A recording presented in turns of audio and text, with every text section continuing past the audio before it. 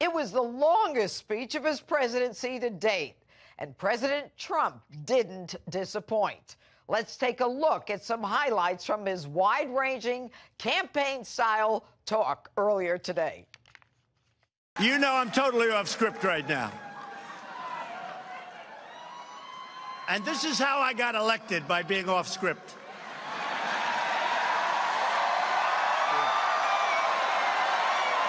True. And if we don't go off script, our country's in big trouble, folks, because we have to get it back. And when I look at what's happening on the other side, I encourage it. I say, no, I think the new Green Deal, or whatever the hell they call it,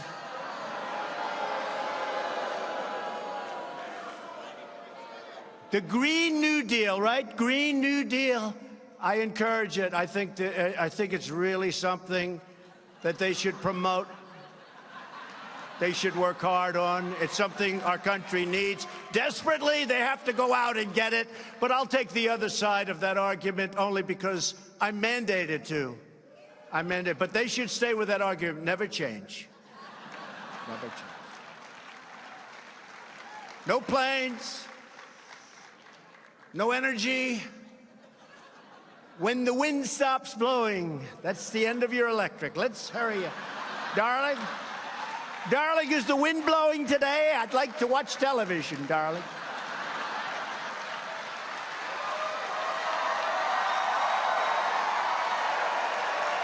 And all of a sudden, they're trying to take you out with okay?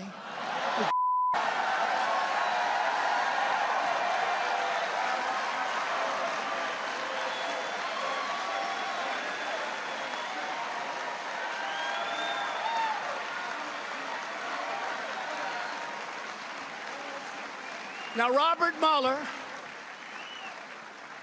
never received a vote, and neither did the person that appointed him. And as you know, the Attorney General says, I'm going to recuse myself. I'm going to recuse. And I said, why the hell didn't he tell me that before I put him in? How do you recuse yourself? But the person that appointed Robert Mueller never received a vote. Robert Mueller put 13 of the angriest Democrats in the history of our country on the commission. What we've done together has never been done in the history, maybe of beyond our country, maybe in the history of the world. They came from the mountains and the valleys and the cities. They came from all over.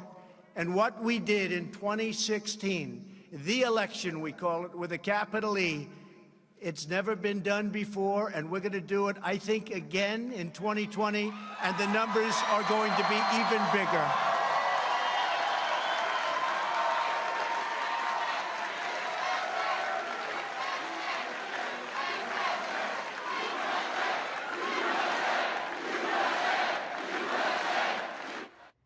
Joining me now with reaction to the president's speech and so much more, a man who actually wrapped up a very busy week himself, CPAC Chairman Matt Schlapp. Good evening, Matt. Wow.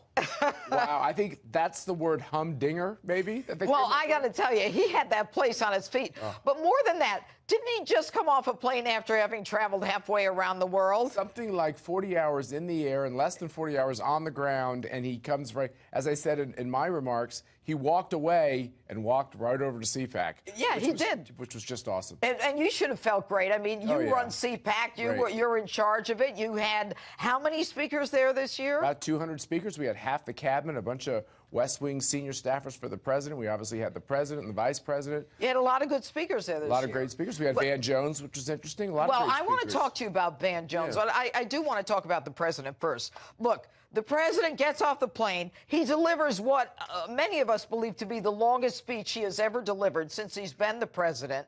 And he's full of energy. And there is nothing that he didn't cover in that speech. He covered everything. Did he say to you, look, Matt, I'm a little tired. I might not be able to do this? He talked ahead of time, and he had this funny thing where he said, hey, have you ever had someone say that they're actually not going to keep their commitment? I was like, oh, yeah, I sure have. He goes, don't worry, I'm going to be there. But, you know, it's been a real busy trip, and let's see how it goes. I don't know if I'm going to really be energetic, and he was pretty energetic. And then when he got done, Judge, he was ready to keep going. I bet he could have gone another hour. He definitely could have. He feeds off the energy of those college kids. You can see he just loves every minute of it. Well, he always feeds off the energy of his audiences, and that's why I think he should get out of the White House and just go out there and talk to the people of this country, whether they're college or whether they're senior citizens. He is of the people. But let me ask you this. Van Jones. Now, here's this guy who was a drug czar. Wasn't that what he was? Something like that. And he works for CNN. Green energy czar, yeah. Yeah, some czar. He was a czar. I think of drug czars because that's the only thing I'm accustomed to from my background. But how did he get at this conservative political action committee? Did you invite him? We did invite him, and the reason is because we've actually worked with him on criminal justice reform, which has been a big initiative of the president's. Sure. And Van Jones is one of the liberals with character, I'll say, who, when the president does something right, he supports him. And that's almost like a lost cause with liberals. It's hashtag resistance. They hate everything about him. Well, but okay, so he came and gave credit where credit was due in prison reform. He did. Did he say anything about getting pushback from the left? Yeah, he said he was already. Yeah, he said he was going to take it for being there, and he sure did. I watched the Twitter, and some people were pretty brutal, and I don't think he cares because I think he believes he is character. And when the president does the right thing, he believes he should support him. All right. Now, you do this every year. We do. And who is it that you plan or that you intend when you start the conference to bring? And what is it that you expect them to get out of this? Well, the big thing in the last 5 years with CPAC is to try to bring some unity to the conservative cause. You know, when you have President Obama in there for 8 years, that left us in shatters. Now, we knew we didn't like what Obama was doing, but we didn't seem to be able to come up with a playbook. We tried McCain. The Republicans tried to nominate McCain, then Mitt Romney. None of that was going to get anything done. And then we had that primary in 2016. I think CPAC had a big part in making folks realize that politics for the Republicans needed to change and change fast, because they were never going to win again. Well, and you know, we should learn from the Democrats not only how to stay cohesive, but also, you know, how to circle the wagons when somebody comes after one of us. But that doesn't happen. And I think, lastly, I just want to ask you. I mean, you've had the president for the last 3 years. 3 years. That's right. I mean, that's pretty. It says a lot for you and your organization. Reagan spoke every year of his 8 years. The difference is with President Trump is it is a central part of how he explains to the American people what he wants to do. And the vice president comes too, and he gave a great indictment of socialism. Mick Mulvaney, I was very impressed with him. He had just gotten off the plane. He kept saying, "I can't think of words. I'm exhausted." I might be as exhausted tonight as Mick Mulvaney was on Friday. Well, but you should be. You did a great job. Match Thank you, lab. Thanks so much.